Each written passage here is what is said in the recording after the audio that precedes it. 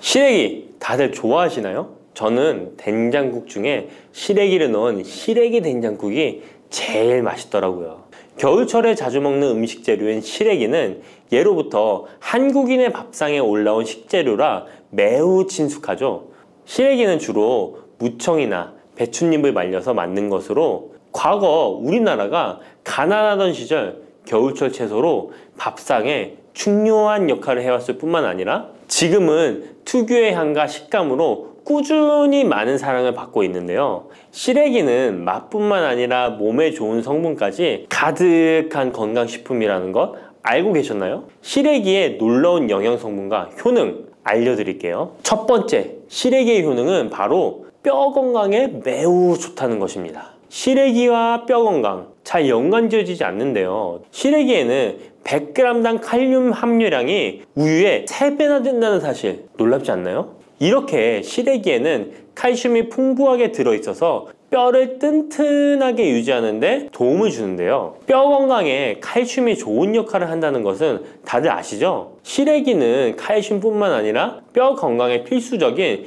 비타민 D와 비타민 K도 함유되어 있어요. 비타민 D는 뼈의 칼슘 합성을 도와주고 비타민 K는 뼈의 형성과 유지에 중요한 역할을 해주는데요. 비타민 K는 오스테오칼신이라는 단백질의 생성을 촉진하여 뼈의 형성을 돕고 뼈의 분해를 억제하여 뼈 손실을 예방하는 효과가 있는 거죠. 그래서 시래기를 꾸준히 섭취하면 칼슘과 함께 다양한 미네랄들이 뼈에 좋은 영향을 미쳐 건강한 뼈를 유지하는 데 효과적입니다. 시래기를 잘 익혀서 먹으면 더 흡수율도 좋아지는데요. 이는 뼈 건강에 아주 중요한 부분이라고 할 수 있습니다. 특히 중년과 노년층에서는 뼈 밀도가 낮아져 골다공증이나 골절 위험이 높아지기 때문에 칼슘을 충분히 섭취하는 것이 중요합니다. 두 번째, 시래기는 장 건강에 좋은 영향을 미칩니다. 시래기는 식이섬유가 매우 풍부한 식품인 거 다들 아시죠? 시래기는 무청을 말린 것인데요. 그늘에 말리기만 했을 뿐인데 식이섬유가 무청의 4배 정도 된다는 사실 참 신기하죠? 시래기에 함유된 식이섬유는 장 내에서 물과 함께 팽창하여 변을 부드럽게 만들어주어 장 운동을 원활하게 도와주는데요. 이러한 작용은 장의 연동 운동을 촉진시키고 변비 예방에도 장 건강을 유지하는 데 효과적입니다. 또한 시래기는 장내 유익한 세균에게 영양을 공급하는 역할도 하는데요. 장내 유익한 세균은 시래기의 식이섬유를 먹고 번식하며 또 장에 좋은 유익균들이 자랄 수 있는 환경을 만들어주고 이는 장내 세균의 다양성과 균형을 유지하는 데 도움을 줍니다. 유익균들이 장 건강에 중요한 역할을 하기에 시래기를 섭취함으로써 장의 환경을 개선할 수 있답니다. 이뿐만 아니라 시래기에는 항염증 작용을 하는 폴라보노이드와 폴리페놀 등의 식물 화합물이 함유되어 있는데요. 이러한 식물성 화합물은 체내의 염증을 억제하고 장내 염증을 감소시키는 데 도움을 줄 수 있습니다. 시래기는 장을 건강하게 유지하고 장에서 발생할 수 있는 다양한 질병을 예방하는 데 도움이 될 수 있죠. 장 건강을 생각한다면 이제부터 시래기 꼭 섭취해야겠죠? 시래기의 놀라운 효능 세 번째는 간 해독 능력입니다. 시래기에는 항산화 작용을 하는 비타민 C와 베타카로틴이 들어있어 간 건강에 매우 좋다는 것 알고 계셨나요? 비타민 C는 보통 과일에 많이 함유되어 있다고 생각하실 텐데요. 시래기에도 비타민 C가 풍부하게 함유되어 있습니다. 시래기에 함유되어 있는 비타민 C는 강력한 항산화 작용을 가지고 있어 체내에 유해한 자유 라디칼을 중화시키고 특히 간은 우리 몸의 해독기관으로 해독작용을 잘하려면 항산화 물질이 필요한데 시래기를 섭취하면 이 항산화 성분들이 간의 해독작용을 돕고 간 기능을 강화하는 데 효과를 볼 수 있습니다. 또한 시래기에는 미네랄인 칼륨과 마그네슘도 풍부하게 함유되어 있어 이러한 미네랄은 간 기능을 지원하고 체내 독소를 제거하는 데 도움을 줄 수 있습니다. 간은 알코올이나 지방, 환경적인 유해 물질을 처리하는 중요한 역할을 하기에 시래기를 자주 섭취하는 것이 간 건강에 큰 도움이 될 수 있다는 것 꼭 기억해 주세요. 네 번째 시래기의 효능은 바로 혈관 건강에 좋은 것입니다. 시래기에는 다양한 영양소가 들어있는데 특히 혈압을 안정시키는 데 도움을 줄 수 있는 칼륨이 많이 들어있습니다.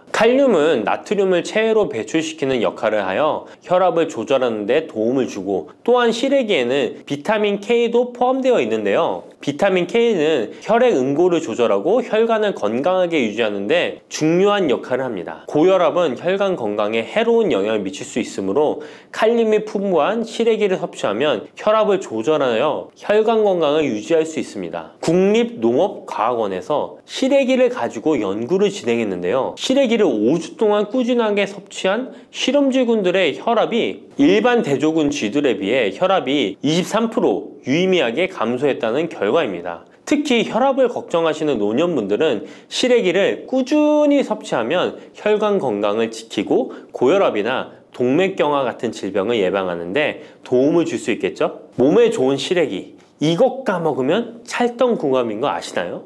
시래기와 함께 먹으면 좋은 음식들 바로 알려드릴게요. 시래기와 잘 어울리는 음식 첫 번째는 두부입니다. 시래기와 두부는 아주 잘 어울리는데요. 두부는 식물성 단백질이 풍부하고 식이섬유, 비타민, 미네랄 등 다양한 영양소가 풍부한 시래기와 함께 먹으면 서로 보완되는 환상의 조합이죠. 두부의 부드러운 맛과 시래기의 아삭한 식감이 조화를 이루어 맛있고 건강한 한 끼를 완성할 수 있습니다. 시래기와 두부는 모두 뼈 건강에 좋고 단백질과 칼슘을 동시에 섭취할 수 있어 노년층에게 특히 좋은 조합이라고 할 수 있는데요. 된장국을 끓이실 때 두부와 시래기를 넣어 조리하면 고소한 된장과 부드러운 두부, 그리고 시래기의 식이섬유가 서로 조화를 이루면서 소화도 잘 되고 영양도 풍부하답니다. 다른 조리 방법으로는 시래기 두부찜도 있는데요. 시래기와 두부를 함께 찜통에 넣어 찐 후에 간장, 다진 마늘과 파, 참기름 등의 양념을 넣어 시래기에 잘 묻힌 뒤 양념된 시래기를 쪄둔 두부에 돌돌 말아주는 건데요. 이렇게 요리에 드시면 부드럽고 고소한 맛이 일품이랍니다. 두 번째, 시래기와 어울리는 환상의 궁합 음식은 바로 버섯입니다. 버섯은 저칼로리이면서도 식이섬유, 미네랄이 풍부한데요. 또한 항산화 물질도 많아 면역력 강화에 매우 좋고 다이어트와 건강에 좋은 음식이죠. 버섯에는 비타민 D가 풍부해 뼈 건강에 좋고 항암 효과도 있다고 알려져 있고, 버섯 또한 칼륨이 함유되어 있어 혈압을 조절하는 데 도움을 줍니다. 시래기와 버섯을 함께 조리하면 서로의 영양이 보완되고 잘 결합되어 더욱 건강한 요리를 만들 수 있습니다. 시래기와 버섯을 함께 넣고 찌개나 국을 만들면 시래기의 깊은 맛과 버섯의 향긋하고 고소한 맛이 어우러져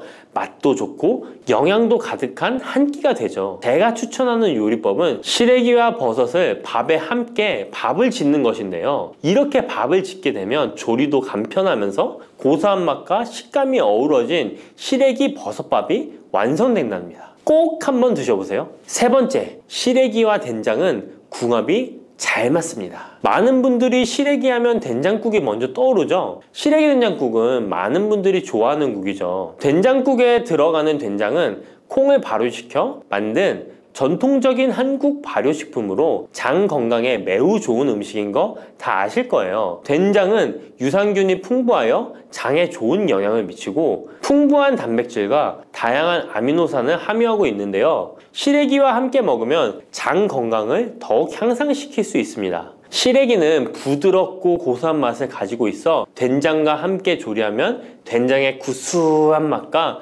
시래기의 고소한 맛이 조화롭게 어우러지고, 또 된장의 짭짤한 맛이 시래기의 은은한 맛을 잘 살려주어 된장찌개나 국에 시래기를 넣으면 깊고 풍부한 맛을 낼 수 있어요. 두 음식의 조합이 장 건강을 지켜줄 뿐만 아니라 맛있고 건강한 식사를 즐길 수 있게 해준답니다. 이렇게 몸에 좋은 시래기도 어떤 분들에게는 독이 될 수 있다는 것 아시나요? 몸에 유익한 영양 정보도 중요하지만 섭취 시 유의할 점도 꼭 아셔야죠. 시래기 섭취 시 주의해야 할 분들 바로 알려드릴게요. 시래기 드실 때 이런 분들 꼭 주의해야 합니다. 첫 번째는 신장이 약하신 분들입니다. 시래기에는 칼륨이 많기 때문에 몸에 유일한 작용을 하지만 한편으로는 신장이 약한 분들에게는 꼭 주의가 필요한데요. 시래기에 풍부한 칼륨은 신장 기능이 약한 사람들에게는 칼륨 섭취를 과도하게 하게 되어 문제가 될 수 있습니다. 칼륨은 신장에서 배출되기 때문에 신장 기능이 저하된 분들은 시래기를 과도하게 섭취하지 않도록 주의해야 해요. 특히 고혈압이나 신장 질환이 있는 분들은 전문가의 조언을 받고 섭취량을 조절하는 것이 좋습니다. 시래기 드실 때 주의해야 하는 분 두 번째는 바로 소화기관이 약하신 분들입니다.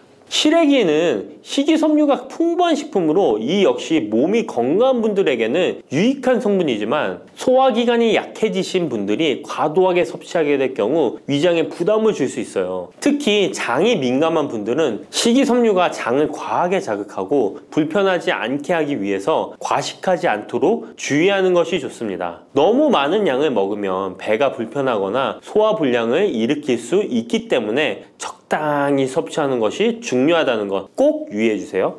들깨를 이렇게 드시면 당뇨와 혈당이 싹 사라지고 치매도 예방할 수 있어요. 들기름, 들깨하면 무엇이 생각나시나요?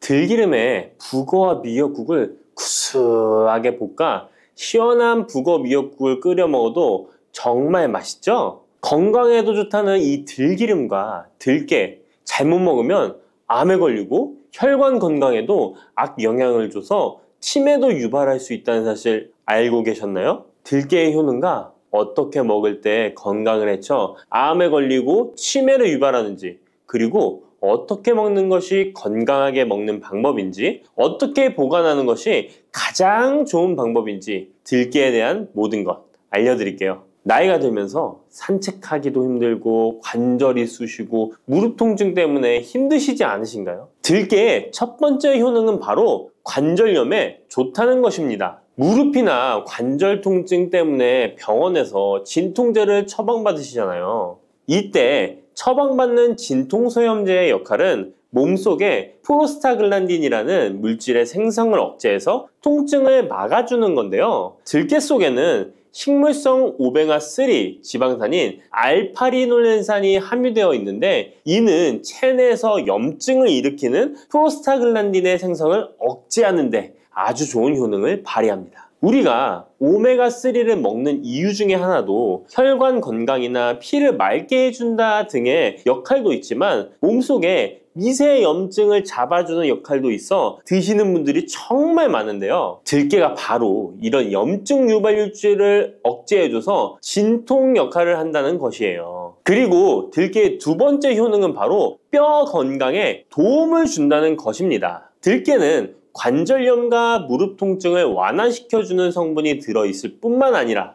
바로 뼈 건강에도 도움을 주는 식품인데요. 바로 칼슘 함량이 높기 때문입니다. 들깨의 100g에는 390mg 정도 되는 칼슘이 함유되어 있어 뼈 건강에 아주 도움을 줄 수 있는 좋은 식품이기도 합니다. 그래서 뼈 건강에 아주 도움을 줄 수 있는 좋은 식품이기도 합니다. 그래서 들깨를 꾸준히 섭취하면 골다공증 예방에도 참 좋은데요. 골다공증은 중년 이후 노화가 진행될 때 영양 불균형이 생기면서 많이 발병하게 되는데요. 여성의 경우 폐경 이후에 골밀도가 많이 감소해서 골다공증이 발생하는 경우가 많습니다. 노인의 골반 골절은 65세 이상은 30%가 1년 내에 사망하고 80세 이상은 50%가 2개월 내에 사망을 할 수 있으므로 노인의 뼈에 대한 관리는 매우 중요한데요. 골다공증의 관리는 뼈 건강을 유지하고 골절 위험을 줄이기 위해 중요합니다. 뼈 건강을 위해 들깨 꾸준히 섭취하는 게 좋겠죠?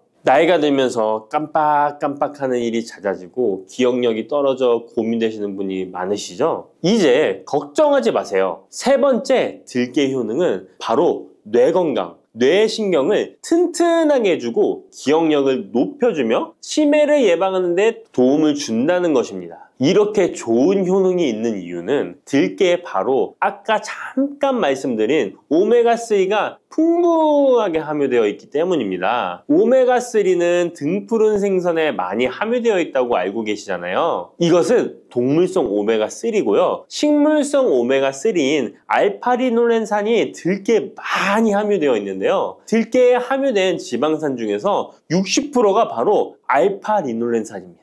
이 알파-리놀렌산은 뇌신경 보호에 탁월한 효과가 있는데요. 어떻게 뇌신경을 보호하느냐? 뇌신경에 염증을 일으켜 망가뜨리는 사이토카인이라는 물질이 있는데요. 이런 사이토카인 물질의 분비를 감소시키고요. 또 알츠하이머 치매 환자의 뇌에 많이 발견되는 비정상적인 단백질인 베타 아밀로이드도 바로 이 알파-리놀렌산이 감소시키기 때문입니다. 참치에 많이 함유되어 있다는 DHA 들어보셨죠? DHA가 바로 대표적인 뇌기능 강화 물질인데요. 이 DHA가 기억을 높이는 데 도움을 주고 학습 능력 또한 좋게 하는데요. 이 DH는 체내에 합성되지 않아 식품으로 섭취를 해야 합니다. 들깨에 함유된 알파-리놀렌산이 흡수될 때 바로 이 DHA로 전환이 됩니다. 어린이 전용 오메가3 같은 경우도 성인보다는 EPA보다 DHA 함유량이 높은 영양제도 많죠? 들깨가 뇌신경, 뇌 건강에 좋은 이유가 바로 이겁니다. 네 번째 들깨의 효능은 심장을 건강하게 하고 뇌혈관의 노화를 막아주는데 도움을 준다는 것입니다. 알파-리놀렌산이 체내에 흡수될 때 DHA로 변환된다고 했잖아요. 그뿐 아니라 바로 EPA로도 변환이 되는데요. 이 EPA가 어떤 역할을 하냐면 바로 혈소판 응집을 억제해 혈관에 혈전이 생기는 것을 방지하는 효능이 있습니다. 그리고 혈관을 튼튼하게 하는 효능과 혈액의 중성지방과 나쁜 콜레스테롤인 LDL을 낮추고 좋은 콜레스테롤인 HDL을 높여주는 역할도 합니다. 미국의 심장협회에서는 허혈성 뇌졸중, 심장마비로 인한 돌연사,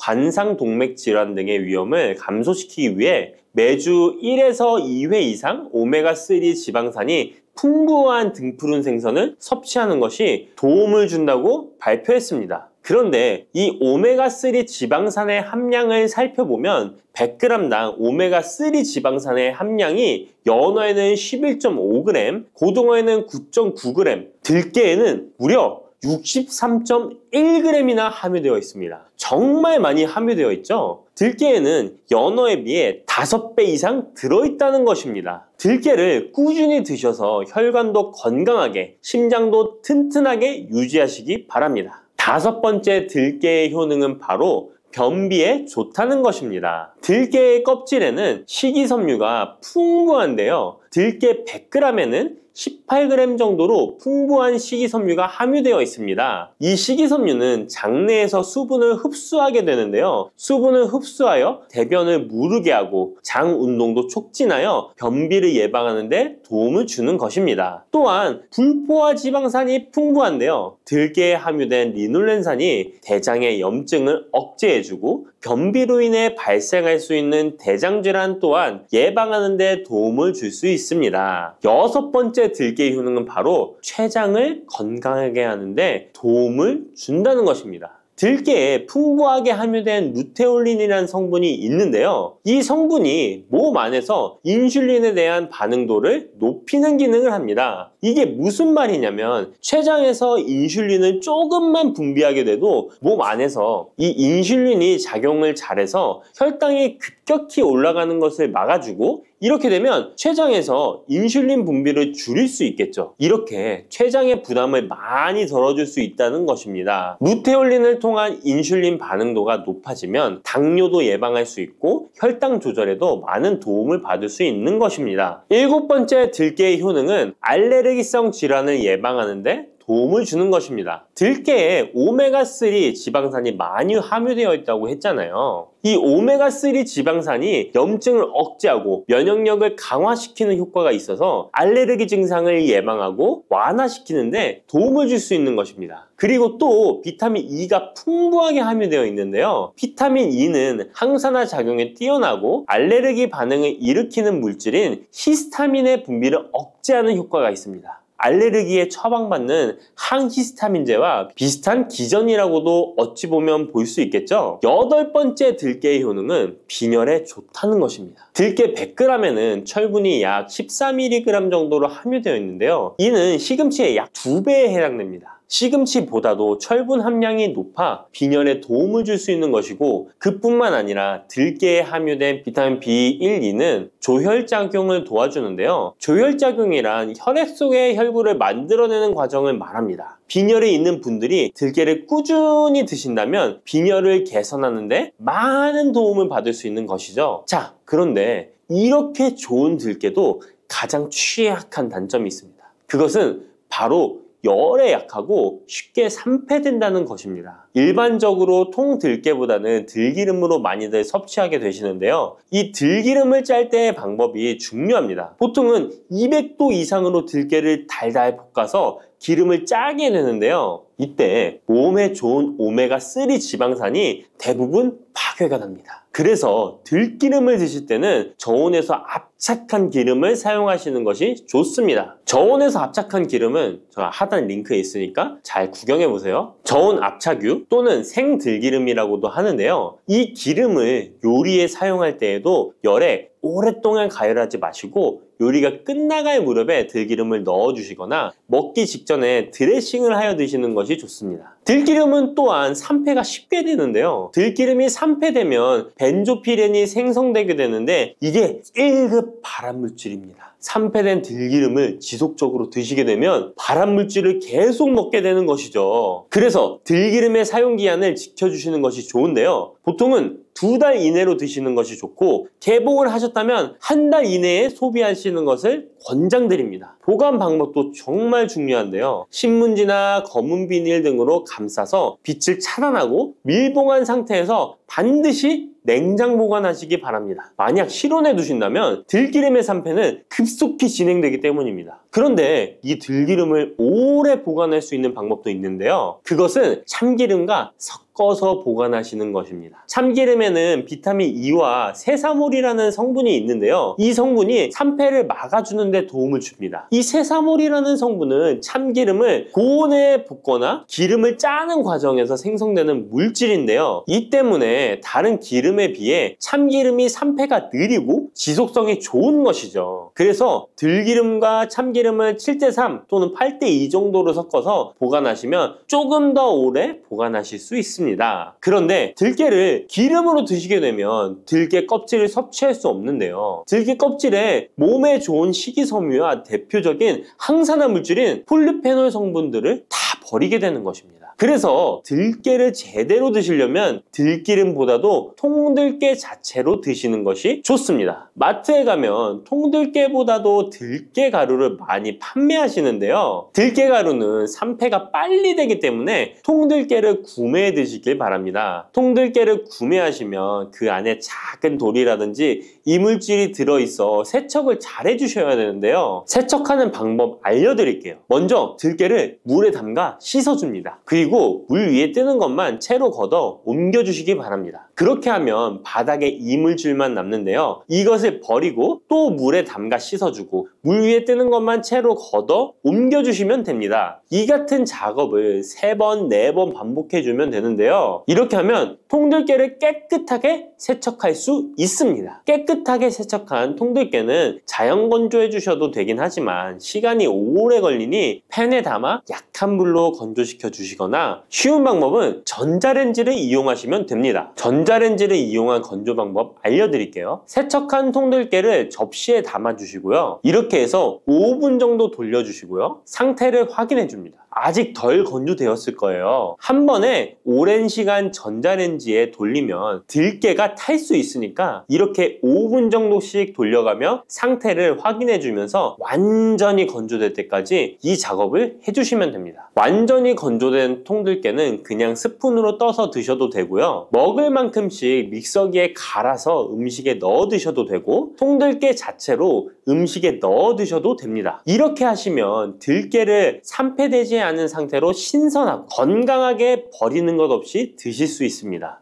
뿌리, 줄기, 이파리까지 버릴 것 없는 대파는 정말 다양한 조리법도 있는데요. 피를 맑게 하고 내장 지방을 없애주며 장 건강에도 좋은 풍부한 영양소들도 함유되어 있어 반드시 먹어야 하는 채소 중 하나입니다. 이런 대파도 함께 먹으면 보약이 되는 음식이 있고, 또 독이 될 수 있는 음식도 있습니다. 그리고 먹는 방법에 따라 효능도 다르다고 하니 다양한 방법으로 드시는 것을 추천해드리고요. 그럼 지금부터 대파의 효능과 함께 먹으면 보약이 되는 음식 3가지와 독이 되는 음식 2가지까지 알려드리겠습니다. 그리고 대파의 특급 레시피 4가지와 대파 보관법까지 대파의 모든 것 알려드릴게요. 우리나라에서는 통일신라 때부터 재배를 했다고 알려져 있습니다. 그만큼 오랫동안 재배하고 식탁에 올라온 채소인데요. 대파 특유의 향이 다른 식재료의 잡냄새를 제거하는데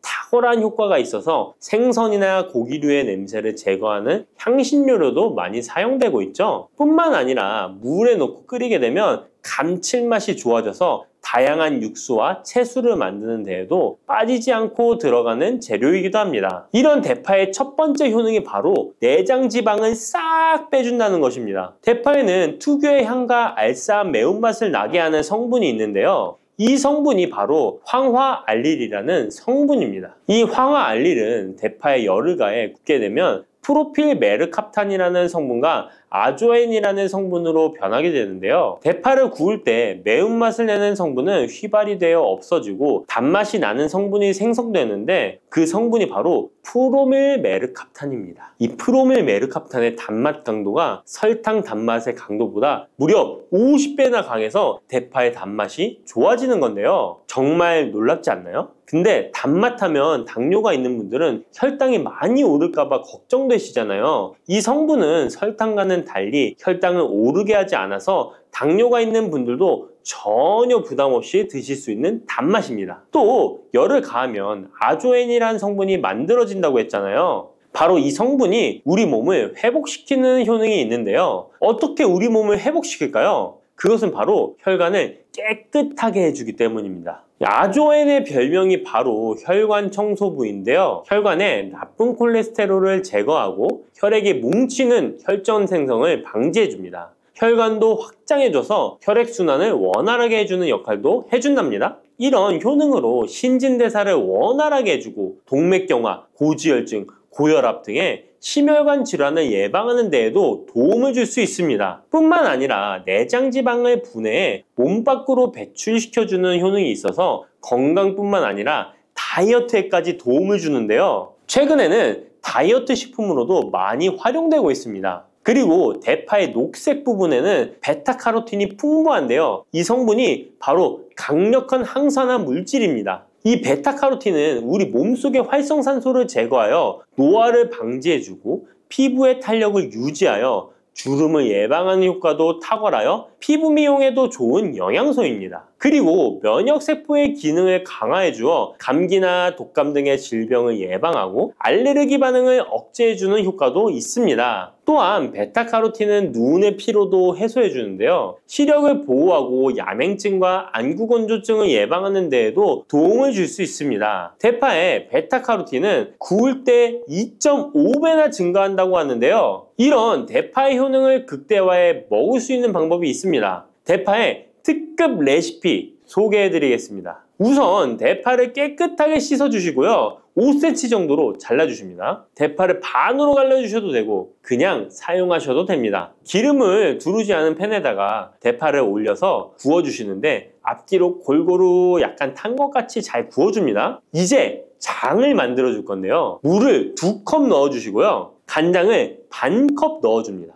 그리고 고춧가루와 참기름을 1스푼씩 넣어줍니다. 이렇게 넣고 한번 끓여주시고 다 끓고 나면 식초를 반 스푼 넣어주시면 됩니다. 이렇게 만들어진 양념장을 구운 파를 넣은 그릇에 붓고 하루 정도 숙성시켜 드시면 됩니다. 물론 바로 드셔도 되지만 숙성시켜 드시면 더욱 맛있는 대파 요리를 드실 수 있습니다. 그리고 대파에서 대파의 뿌리는 특히 채소와 육수를 만들 때 많이 사용하는데요. 대파의 뿌리에는 알리신이라는 성분이 풍부하게 함유되어 있습니다. 이 알리신은 우리 몸을 따뜻하게 해주고 열을 올려주는 역할을 하고 혈액순환을 원활하게 해줘서 신경을 안정화시켜주기도 하는데요. 이렇게 신경을 안정시켜주는 효능으로 불면증도 완화해주어 잘 때 머리맡에 두고 주무시는 분들도 계십니다. 그리고 알리신은 몸에 열을 내주는 효능으로 기침 감기와 가래를 완화시켜주는 데 도움을 주며 항균, 항암 효과도 있어서 각종 바이러스와 암세포를 억제해주어 암을 예방하는 데에도 탁월한 효능을 발휘합니다. 알리신은 지방을 분해하고 배출해줘서 다이어트에도 도움을 준다고 알려져 있습니다. 그리고 대파의 뿌리 부분에는 폴리페놀 성분이 많이 함유되어 있어 심혈관 질환 예방에 탁월한 효능이 있습니다. 식이섬유도 풍부하여 장 운동을 활성화하고 배변 활동을 도와 변비를 예방하고 숙변을 제거하는 효능도 있고요. 이런 대파 뿌리를 채소나 육수 만드실 때 말고는 특별히 많이 안 쓰는데요. 대파 뿌리의 특급 레시피를 하나 알려드릴게요. 그것은 바로 대파 뿌리 생강차입니다. 대파 뿌리와 생강을 함께 끓여서 차로 드시게 되면 기관지나 폐와 같은 호흡기의 염증을 제거해주고 무릎과 같은 관절의 염증도 제거해주어 관절 통증을 완화시켜줄 수 있습니다. 생강에는 진저롤, 쇼가올, 페로 화합물 등 다량의 항염증 성분들이 함유되어 있어서 우리 몸의 염증을 제거하는 데 탁월한 효능을 가지고 있습니다. 생강은 약재로서 오랫동안 사용되어 왔는데요. 최근에도 계속해서 새로운 효능이 발견되고 있을 정도로 약성이 아주 좋은 식품입니다. 최근 한 연구 결과에 따르면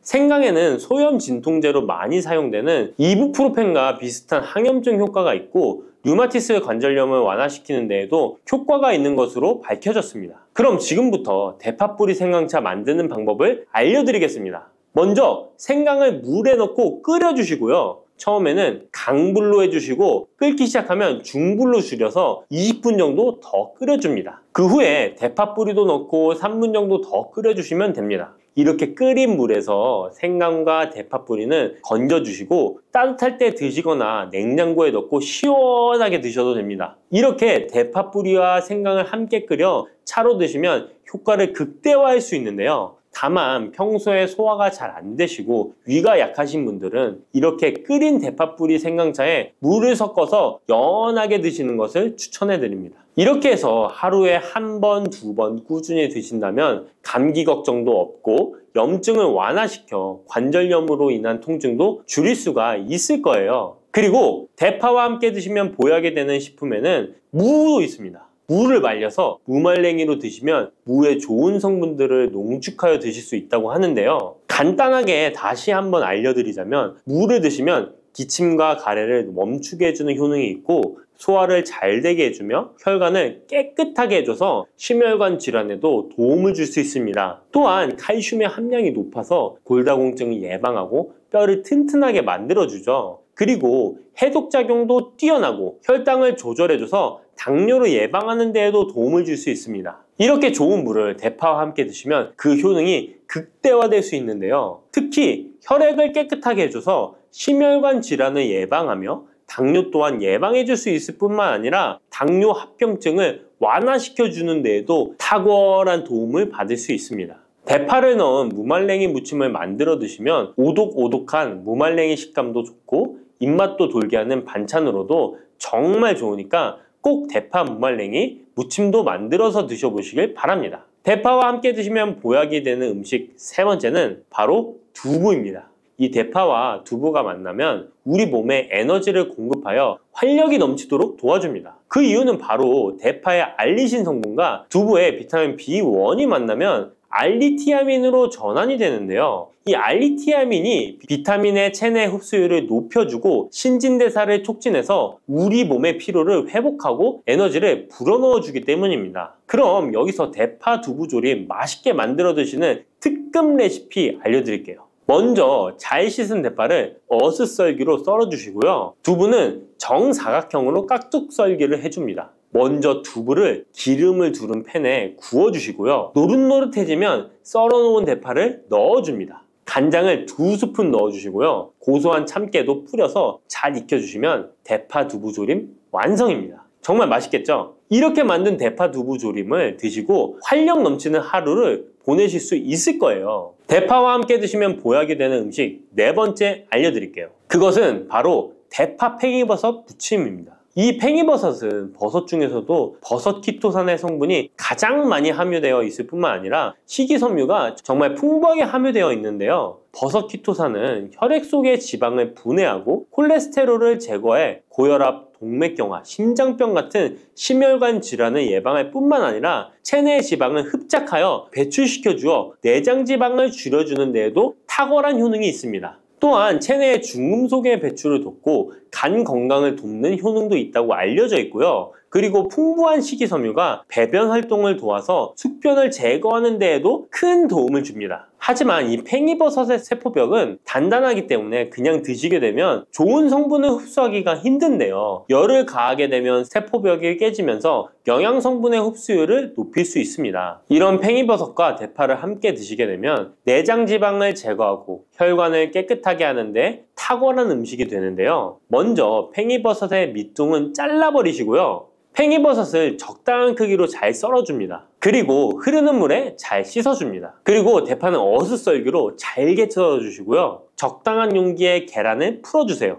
팽이버섯과 대파를 넣어서 잘 섞어주고 소금 한 꼬집을 넣어 간을 해줍니다. 이제 잘 달궈진 팬에 기름을 두르고 부쳐주시면 됩니다. 정말 쉽죠? 그런데 이렇게 좋은 대파도 함께 드시면 안 되는 음식이 있습니다. 대파와 함께 드시면 안 되는 음식 첫 번째는 바로 꿀입니다. 대파와 꿀은 두 가지 다 몸에 열을 올려주는 효능이 있습니다. 한의학에서는 대파와 꿀을 함께 먹으면 위장에 탈이 나고 더부룩한 현상이 나타날 수 있다고 하는데요. 대파와 꿀을 함께 먹으면 위에서 소화액 분비를 억제하여 소화불량을 유발할 수 있기 때문인데요. 또한 꿀은 알레르기 반응을 일으킬 수 있는데 대파와 함께 먹으면 알레르기 반응이 더 악화될 수 있다는 것을 알아두시면 좋고요. 꼭 기억하셔서 대파와 꿀은 함께 드시지 않기를 추천합니다. 또 대파와 함께 드시면 안 되는 음식은 미역입니다. 미역과 대파 둘 다 알긴산이라는 성분이 있는데 이 알긴산은 미끌거리는 식감이 있습니다. 함께 드시게 되면 식감이 안 좋은 이유도 있지만 식감보다도 더 중요한 이유가 있습니다. 왜냐하면 파에는 인과 유황 성분이 있기 때문인데요. 미역과 파를 함께 드시게 되면 파의 인과 유황 성분이 미역에 함유된 칼슘의 흡수를 방해하게 됩니다. 미역에는 칼슘 함량이 높아서 골다공증 예방에 좋은 효능이 있는데 이 효과를 떨어뜨리게 되는 것이고요. 미역국을 끓일 때 대파로 채수를 내어 시원한 미역국을 끓여 드시는 분들이 계신데 절대 미역국을 끓일 때 대파는 사용하지 않으셔야 합니다. 자, 다음으로는 대파 보관하는 법을 알려드릴게요.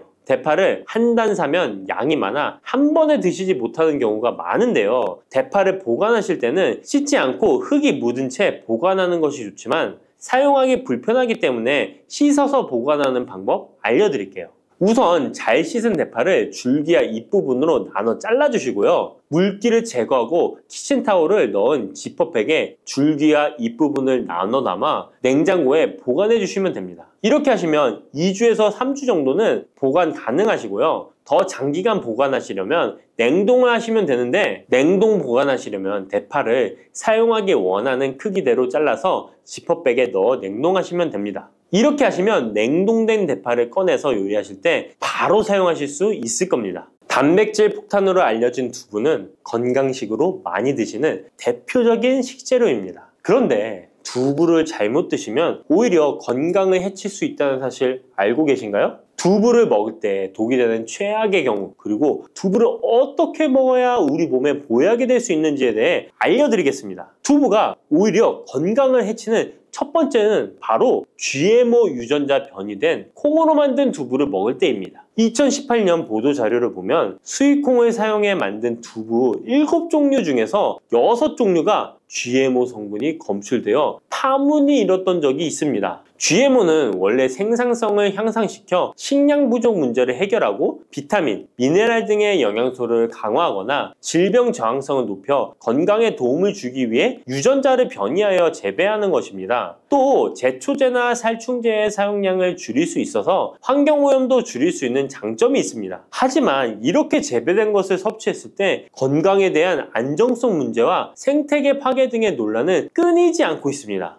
우리나라에서는 GMO 재배를 법으로 금지하고 있으며 많은 나라들이 GMO의 수입과 생산을 규제하고 있습니다. GMO 식품을 꾸준히 섭취할 경우 건강에 문제가 생길 수 있는데요. 2년 동안 실험지 200마리에게 GMO 옥수수를 먹인 실험 결과 20%의 쥐에서 종양이 발생했고 종양의 크기도 컸는데요. 종양의 크기가 탁구공만큼 크게 자란 쥐도 발견됐는데 쥐 전체 몸무게의 4분의 1에 해당되는 무게였다고 합니다. GMO 표기가 의무이기 때문에 GMO 표기가 없는 식품을 사 먹으면 되지만 문제는 식품을 몇 차례 가공 과정을 거쳐 GMO의 DNA나 단백질이 남아있지 않은 식품은 GMO 표기를 하지 않아도 된다는 규정이 있기 때문에 소비자로서는 불안할 수밖에 없는데요. 따라서 두부를 구매하실 때 원료가 수입산이 아닌 국내산 콩으로 만든 두부를 사 드시길 바랍니다. 우리나라는 GMO 재배 자체가 금지이기 때문에 국내에서 재배된 식품은 안심하고 드셔도 됩니다. 두부가 건강을 해치는 두 번째는 바로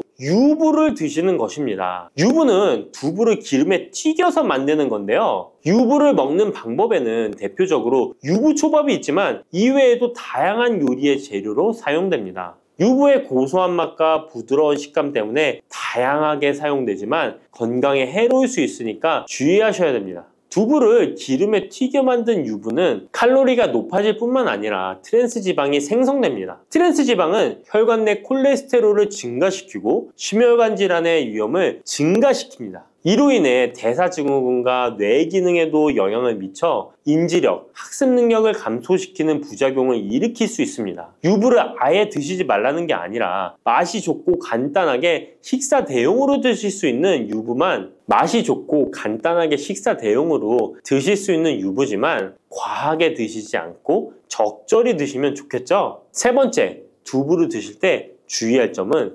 시금치와 함께 드시면 안 된다는 것입니다. 시금치는 철분이 풍부하게 함유되어 있어 빈혈 예방에 효과적으로 알려져 있습니다. 또한 비타민 A, 루테인, 제아잔틴 등의 영양소가 풍부하여 눈 건강 증진에 탁월한 효능이 있고 마그네슘, 비타민 K 등이 풍부해서 뼈 건강 증진에 효과적인 것으로 알려져 있습니다. 그러나 문제는 시금치에 함유된 옥살산입니다. 이 옥살산이 두부의 칼슘과 결합하여 수산칼슘이라는 성분이 만들어지는데 이 성분이 결정을 이루어 신장이나 요로에 쌓여 결석이 됩니다. 신장결석, 요로결석이 되어 극심한 통증을 유발할 수 있다는 것입니다. 시금치를 드실 때는 두부와 같이 칼슘이 많은 음식을 피하시고 별도로 섭취하시는 게 좋겠습니다. 네 번째, 두부를 드실 때 오히려 해가 되는 경우는 갑상선이 약하신 분들입니다. 두부에는 사포닌이라는 성분이 함유되어 있는데 사포닌을 많이 섭취하게 되면 요오드가 몸 밖으로 과도하게 배출될 수 있습니다.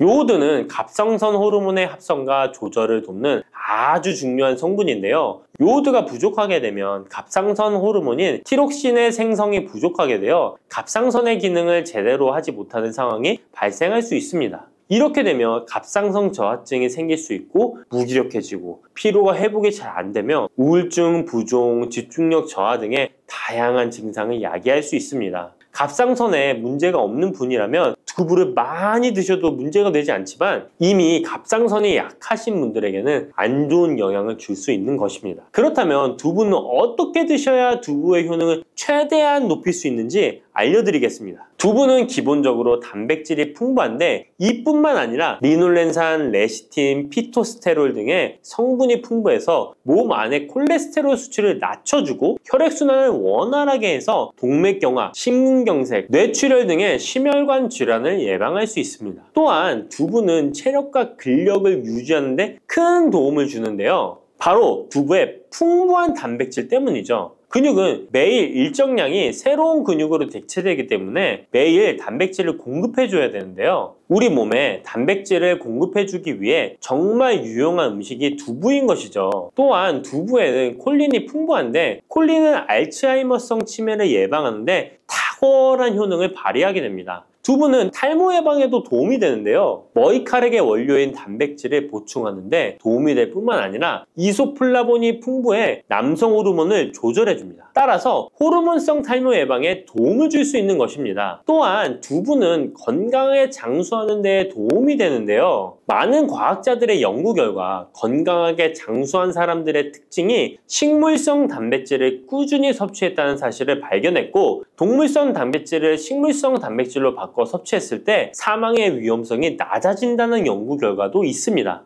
이러한 효능이 극대화가 되려면 소화 흡수가 잘 되어야겠죠. 두부 중 소화 흡수가 가장 잘 되는 것이 바로 순두부입니다. 순두부는 일반 두부와 마찬가지로 비질을 분리한 콩물에 응고력이 약한 응고제를 넣어 만든 것인데요. 그렇기에 훨씬 부드럽고 소화 흡수가 잘 되는 형태가 되는 것입니다. 하지만 단점은 일반 두부보다 단백질, 섬유질 등의 영양 성분의 함량이 떨어지는데요. 이런 단점을 보완하기 위해 계란과 함께 드시면 좋은 대안이 될 수 있어요. 순두부찌개에 계란이 들어가 있는 것이 맛뿐만 아니라 영양적으로도 찰떡궁합인 것이죠. 순두부와는 식감이 완전히 다른 쫄깃한 두부면이 요즘 인기가 높아지고 있는데요. 밀가루를 대체할 수 있는 다이어트 식품으로 많이 알려지고 있습니다. 다양한 면 요리에 사용되는데 단순히 두부를 면 모양으로 만든 것이 아니라 일반 두부보다 단백질의 함량이 2배 정도 높아서 건강에 더욱 좋은 식품입니다. 두부에서 수분을 빼고 응축시켜 만들기 때문에 같은 무게당 영양 성분의 함량이 높아지는 것입니다.